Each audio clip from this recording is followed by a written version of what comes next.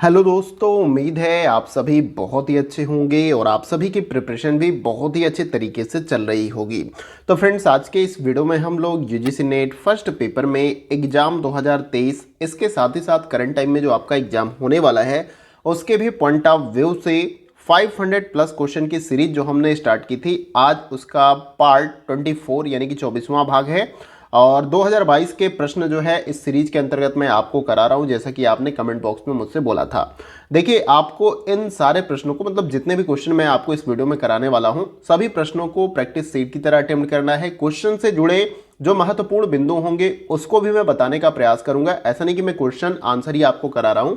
आपने अगर पीछे की जो सीरीज की वीडियो है, अगर नए व्यूअर है, अगर आपने देखा होगा तो मैंने जो है हर क्वेश्चन से जुड़े कुछ महत्वपूर्ण बिंदु भी बताने का प्रयास किया और क्वेश्चन को भी क्लियर करने का प्रयास करता हूं। और जो कुछ भी आपको लगता है कि नहीं क्लियर हुआ है, उसके थ्रू जो है आप कमेंट बॉक्स में अपनी क्वेरी या क्वेश्चन को कर सकते हैं, ताकि मैं नेक्स्ट वीडियो में उन क्वेरी या क्वेश्चन को लेकर आपके जो डाउट्स हैं उनको क्लियर कर सकूं। और इसके साथ ही साथ मैंने आपको बताया कि आपको यही नहीं, पेपर 1 में अगर बढ़िया स्कोर करना है तो मैंने कई सारी चीज़ें आपको बता रखी कि 2020 से लेके 22 के बीच में जो मल्टीपल शिफ्ट में आपके एग्जाम कंडक्ट हुए हैं। मैं बार बार इसलिए बोलता हूँ कि बार बार आपके दिमाग को ये सिग्नल या मैसेज मिलता रहे कि मेरे टास्क क्या है, मुझे क्या क्या करना है पेपर 1 के पेपर 1 अगर होगा तो उसमें बेहतर स्कोर करने के लिए। तो ये बार बार जब भी वीडियो के थ्रू अगर आप देखोगे तो आपको एक सिग्नल मिलेगा कि नहीं, अभी मेरा कंप्लीट हुआ कि नहीं प्रीवियस ईयर का सारा क्वेश्चन, बस यही है और कुछ ज़्यादा नहीं इसमें मैं आपको बताना चाहता हूं। तो आपको सारे क्वेश्चन को अटेम्प्ट कर लेना है। किसी और टॉपिक से अगर कुछ भी वीडियो या आपके एग्जाम रिलेटेड कोई भी क्वेरी या डाउट होगा तो वो भी आप मुझसे पूछ सकते हैं। बाकी चलिए हम इस वीडियो को स्टार्ट करते हैं। सबसे पहला क्वेश्चन आपके स्क्रीन पे है, क्वेश्चन नंबर 321, क्योंकि इससे पिछले वाले वीडियो में हमने क्वेश्चन नंबर 320 तक क्वेश्चन को कवर किया था। तो आज की इस वीडियो में हम 321 से स्टार्ट करेंगे। और ये जो क्वेश्चन आपका यहाँ पर दिया गया है वो हायर एजुकेशन से ये क्वेश्चन लिया गया है।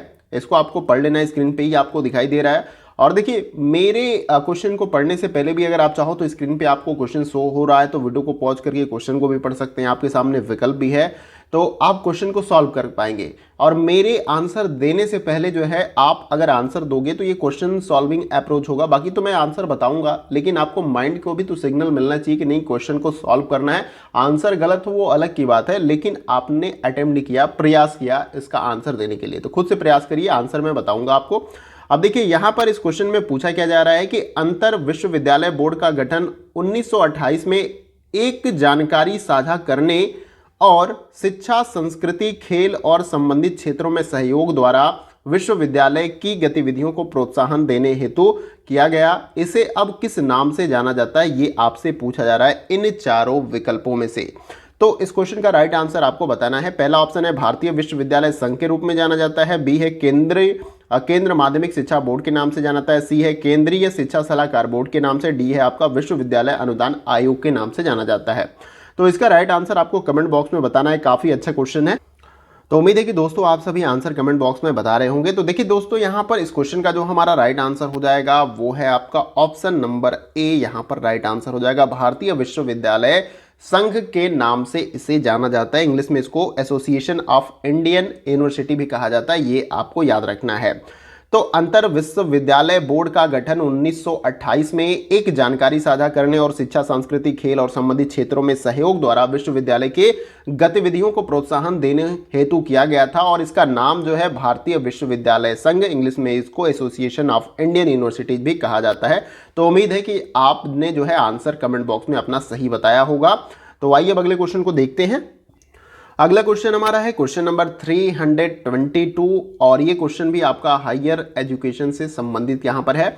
और ये क्वेश्चन आपका अभिकथन और कारण के फॉर्म में इस तरीके के क्वेश्चन आपसे पूछे जाते हैं। तो ऊपर अभिकथन ये दिया गया है और नीचे कारणआर दिया गया है, और इन दोनों को समझने के बाद ही आपको ऑप्शन ए, बी और सी और डी में से अपना आंसर कमेंट बॉक्स में बताना है।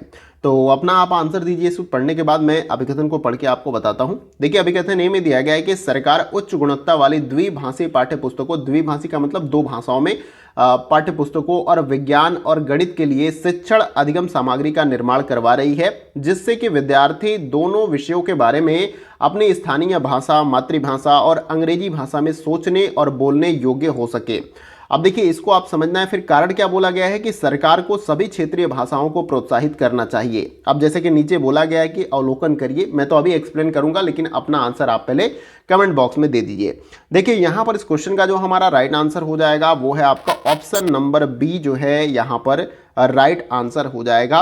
यहां पर ए और आर दोनों आपका सही हो जाएगा, और इसके साथ ही साथ आर ए की सही व्याख्या नहीं है, यानी कि दोनों अभिकथन और कारण अपनी जगह सही हैं, लेकिन कारण आर जो है अभिकथन को अच्छे तरीके से एक्सप्लेन नहीं कर रहा है, ये आपको याद रखना है। देखिए सरकार उच्च गुणवत्ता वाली द्विभाषीय पाठ्य पुस्तकों और विज्ञान और गणित के लिए शिक्षण अधिगम सामग्री का निर्माण करवा रही है, जिससे कि विद्यार्थी दोनों विषय के बारे में अपनी स्थानीय भाषा, मातृभाषा और अंग्रेजी भाषा में सोचने और बोलने योग्य है। ये बात सही है। जैसे कि 1 से लेकर 8 तक न्यू एजुकेशन पॉलिसी में भी जो है ऐसा प्रावधान किया गया, फिर एनसीएफ भी है आपका, तो उसमें ज़्यादातर बात की गई है कि जो आपके प्रारंभिक जो शिक्षा होती है उसको मातृभाषा में दिया जाना चाहिए। उसके बाद त्रिभाषा सूत्र का भी कॉन्सेप्ट उसमें किया गया है कि एक तो आपको उनकी मातृभाषा होनी चाहिए और दूसरी जो भाषा है वो इंग्लिश होनी चाहिए, और एक जो आपकी लैंग्वेज उसमें होगी वो फॉरेन कोई मॉडर्न लैंग्वेज है, उसमें प्रावधान बताया गया है, जैपनीज है और भी कई सारी लैंग्वेज है उसमें।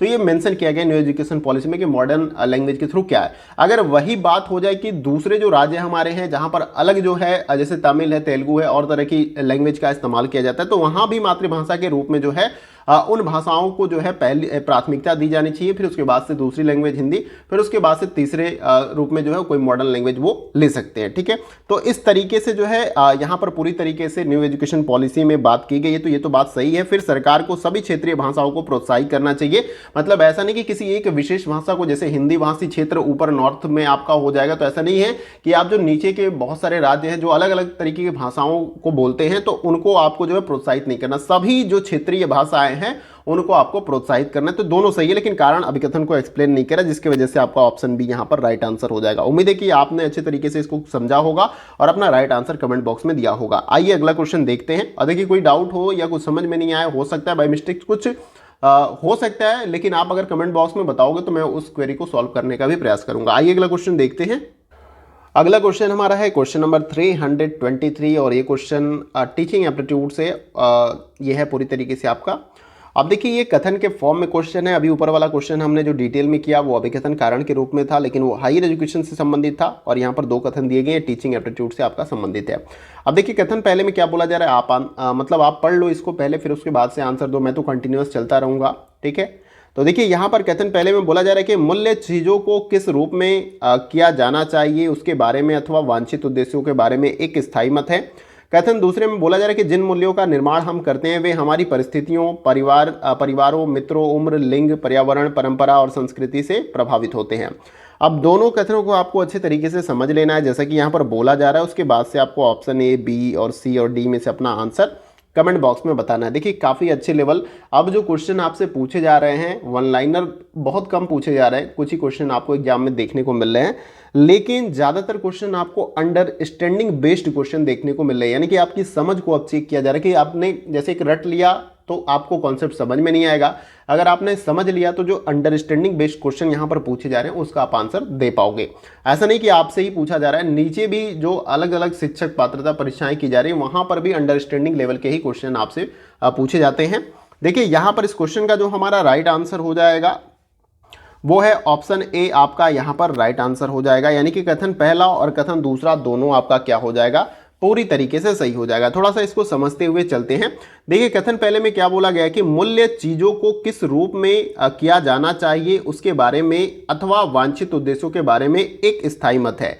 मूल्य का मतलब आपने अपने जीवन में किस तरीके के मूल्यों को धारण कर रखा है, और उसमें बहुत सारी संस्कृति होंगी, परिवार के द्वारा जो बातें कही गई होंगी, मित्रों के द्वारा, जो कि नीचे कथन दूसरे में बोला जा रहा है वही बात की जा रही है कि मूल्य चीजों को किस रूप में किया जाना चाहिए उसके बारे में अथवा वांछित उद्देश्यों के बारे में एक स्थायी मत होता है। ठीक है, एक बात जो एक मूल्य दे दी गई इसका मतलब नहीं कि वहीं तक चीजें सीमित है, आप उसको और भी एक्सप्लोर कर सकते हैं, यानी कि जो कुछ भी आपने परिवार से सीखा, जो कुछ भी आपने स्कूल में सीखा, बस वहीं तक ज्ञान सीमित नहीं है, आप उसके माध्यम से और भी एक्सप्लोर करके नई नई चीजों को सीख सकते हैं। ऐसा नहीं कि आपने जो सीख लिया बस वही चीजें है। तो यहाँ पर बोला जा रहा है कि स्थायी मत है, फिर कथन दूसरे में बोला जा रहा है कि जिन मूल्यों का निर्माण हम करते हैं वे हमारी परिस्थितियों यानी जिस सिचुएशन में हम रहते हैं, अगर हम किसी अलग कल्चर में या टफेस्ट जो है क्षेत्र में रहते हैं तो वहाँ हमारा सोचने और काम करने की शैली कुछ अलग तरीके से होगी। परिवार यानी किस प्रकार के परिवार के माहौल में रह रहे हैं वो भी डिपेंड करता है। आपके साथ में जो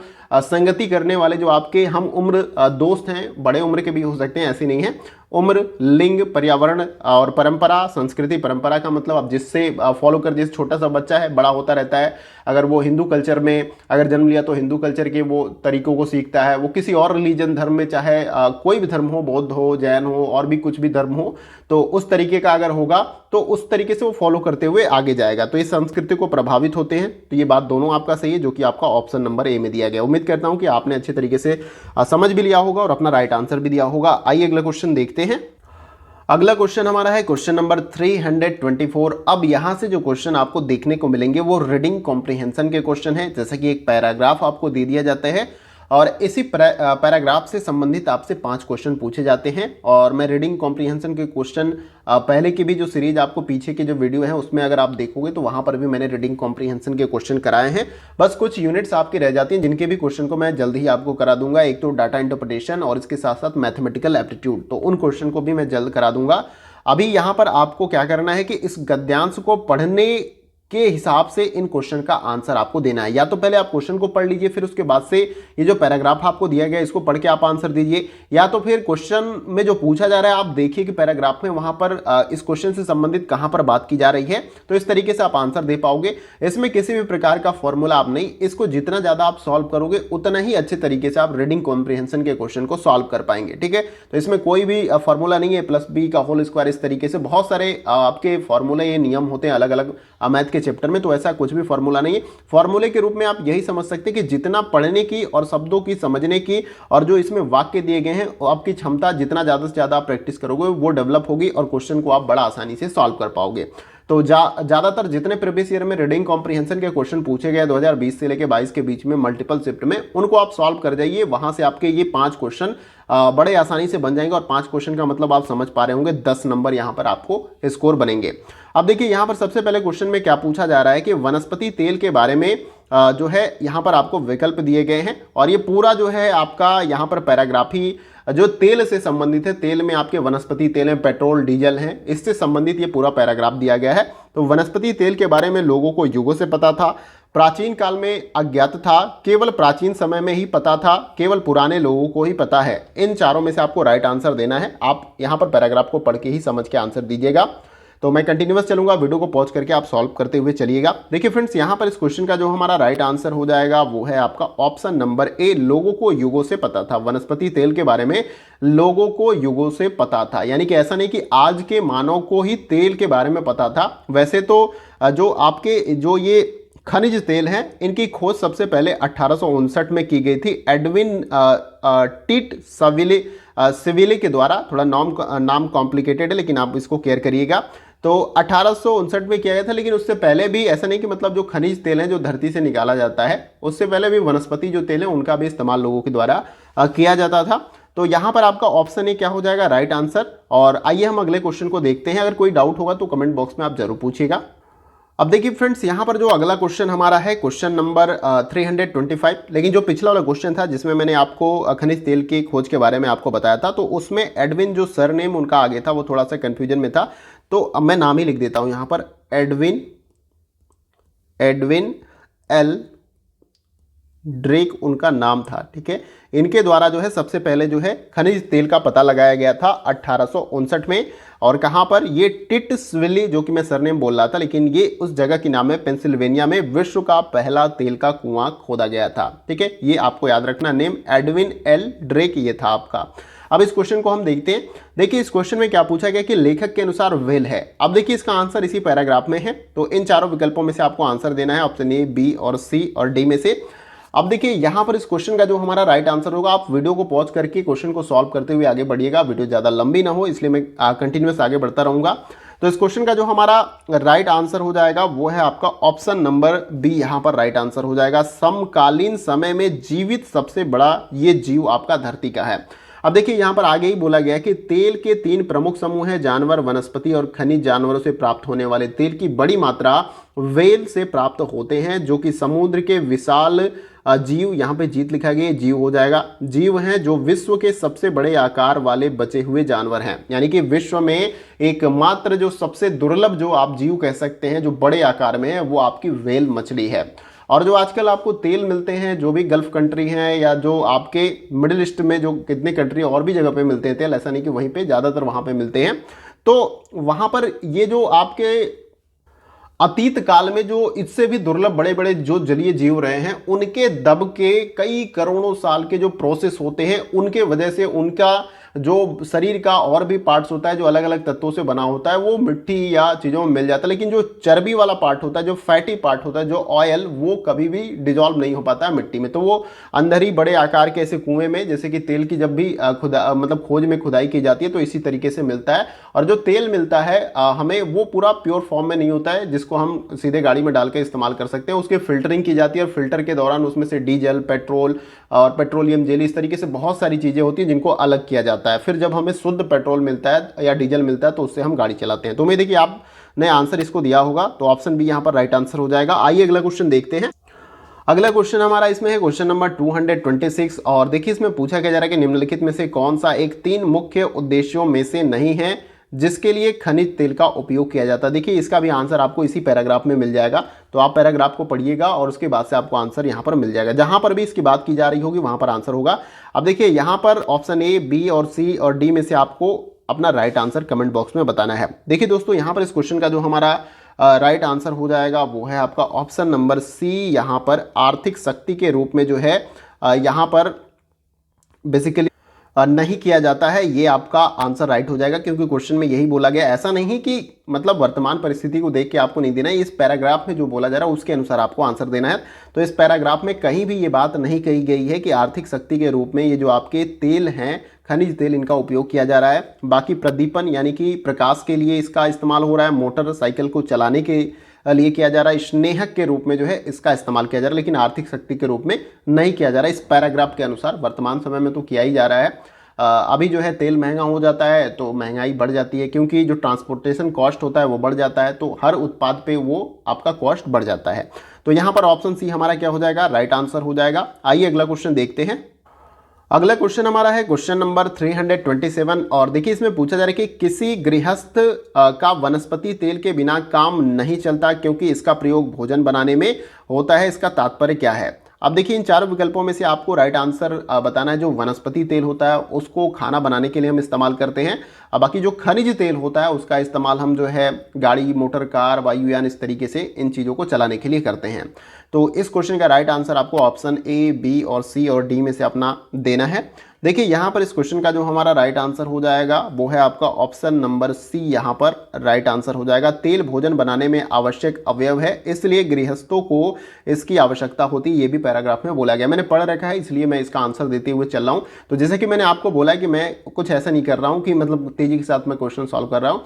तो जैसे कि वीडियो को आप पॉज करिएगा, आपको समय भी पर्याप्त मिलेगा, आपके पास कंट्रोल है कि मेरी वॉइस को आप स्टॉप करेंगे। 5 मिनट आपको क्वेश्चन देखना, 5 मिनट देखिए, ठीक है। तकनीकी का फायदा है तो आप इसका इस्तेमाल करिए। तो देखिए तेल भोजन बनाने के लिए आवश्यक है, आपके घर में भी किचन है और बहुत सारे लोग खाना बनाते होंगे, शायद आप भी खाना बनाते होंगे। तो आपको कुछ भी फ्राई करना है, कोई भजिया बनानी है, सब्जी बनाना है, पूड़ी तलना है, कुछ भी तलने भूनने वाला काम है, तो वहाँ पर आपको तेल की आवश्यकता होती है। फॉर्चून ऑयल का इस्तेमाल करते हैं जो सोयाबीन से, और फिर इसके साथ साथ राइस हस्क, मतलब कई तरीके से तेल निकाल के बनाया जाता है जिसका आप इस्तेमाल अपने खान पीन मतलब खाद्य पदार्थ को तैयार करने के लिए करते हैं। तो यहाँ पर आपका ऑप्शन सी क्या हो जाएगा, हमारा राइट आंसर हो जाएगा। आइए अगला क्वेश्चन देखते हैं।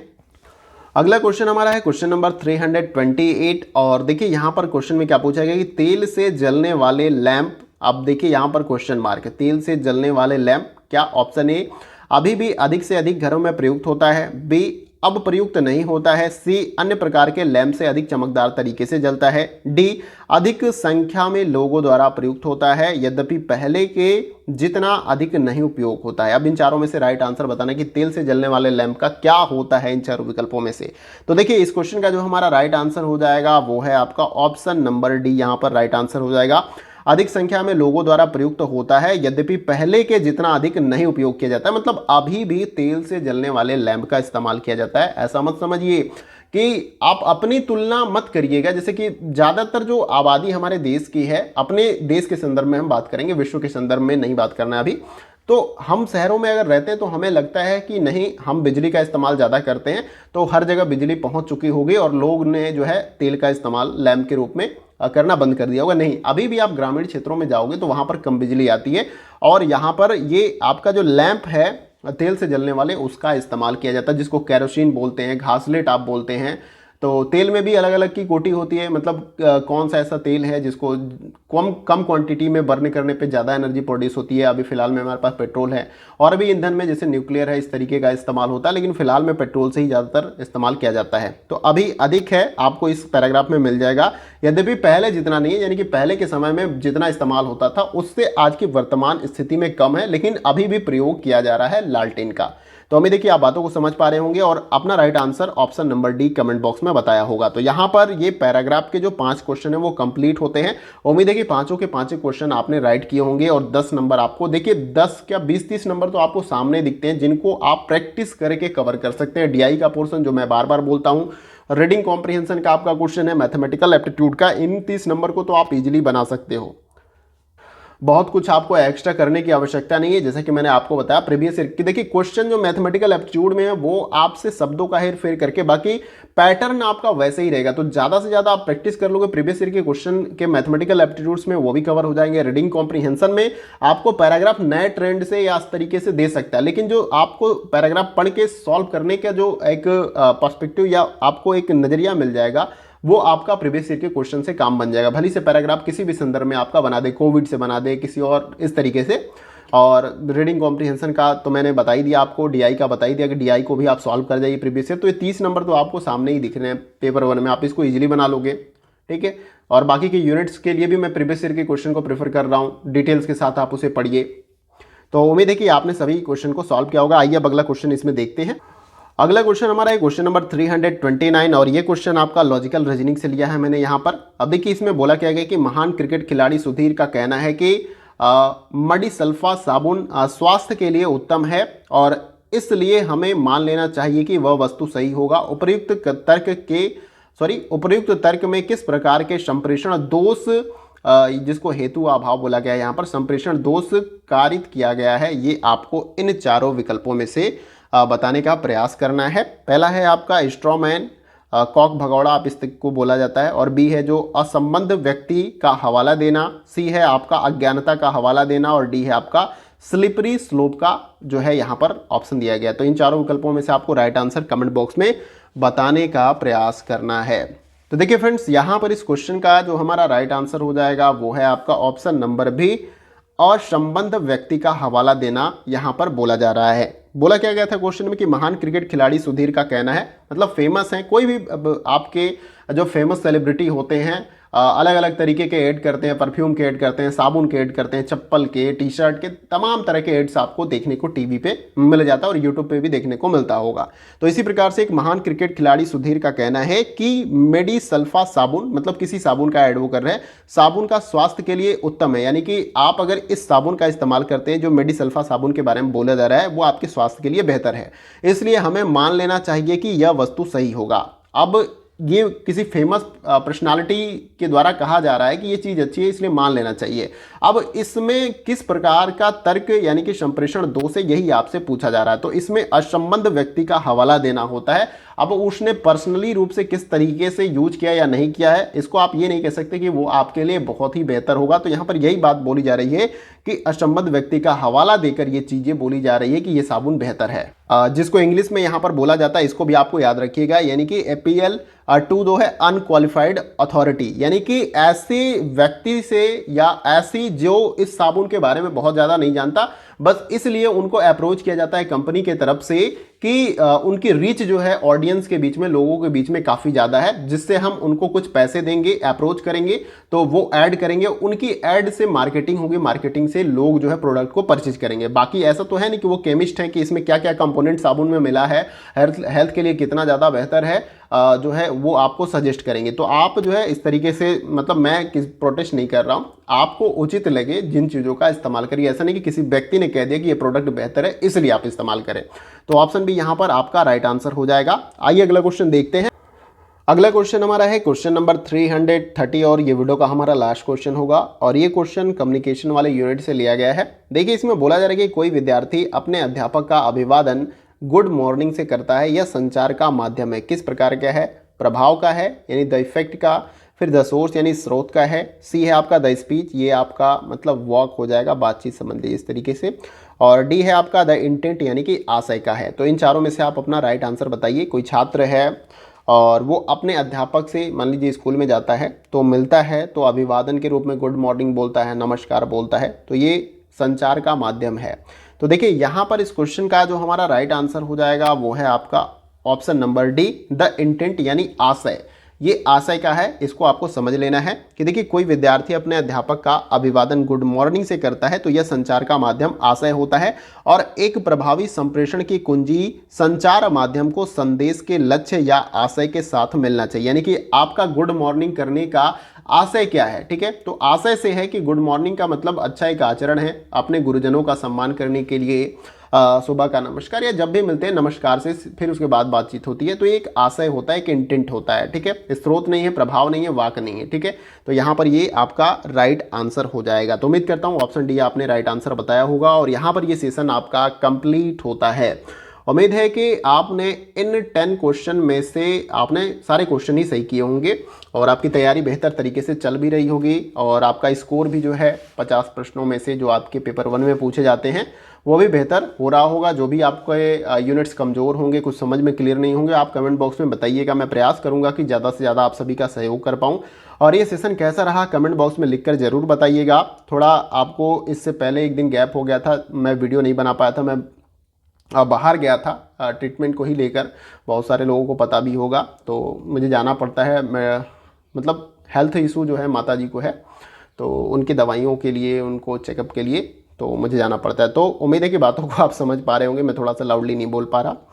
तो एक गंभीर विषय है लेकिन स्वास्थ्य संबंधी समस्याएं जो है हर एक इंसान के जीवन में आता है, कैसे उसे हैंडल करता है वो ज़्यादा महत्वपूर्ण है। उसको लेकर ज़्यादा चिंतित नहीं होते, चिंता होती है लेकिन प्रयास पॉजिटिव रखना चाहिए हेल्थ के प्रति।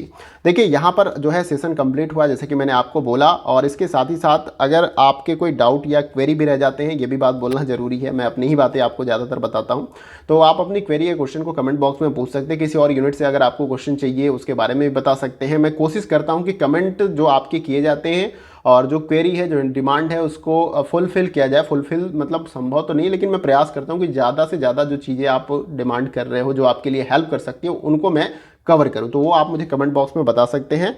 और लगता है कहीं से भी कि ये सेशन आप सभी के लिए हेल्पफुल है तो आप जो है लाइक करके, थोड़ा सा मैं कलर चेंज कर लूँ, लाइक करके जो है आप हमें अप्रिशिएट कर सकते हैं। वीडियो को शेयर करें मैक्सिमम दोस्तों के साथ ताकि उनको भी हेल्प मिले। चैनल पे अगर नए हैं तो सब्सक्राइब करिए और ये जो बेल आइकन का बटन होता है उसको आपको प्रेस कर लेना है। बहुत ज़्यादा इससे मतलब फ़ायदा तो कुछ मिलता नहीं है, आप देख ही पा रहे होंगे, पूरा चैनल का एनालिसिस करके देख लीजिए, बहुत ज़्यादा इस पर वो कुछ नहीं होता है। तो सब्सक्राइब करके बेल आइकन को आप प्रेस कर सकते हैं। निश्चित रूप से इस चैनल से आपको क्वालिटी, वैल्यू, नॉलेज और ये सारी चीज़ें मिलेंगी, मेरा यही प्रयास रहता है।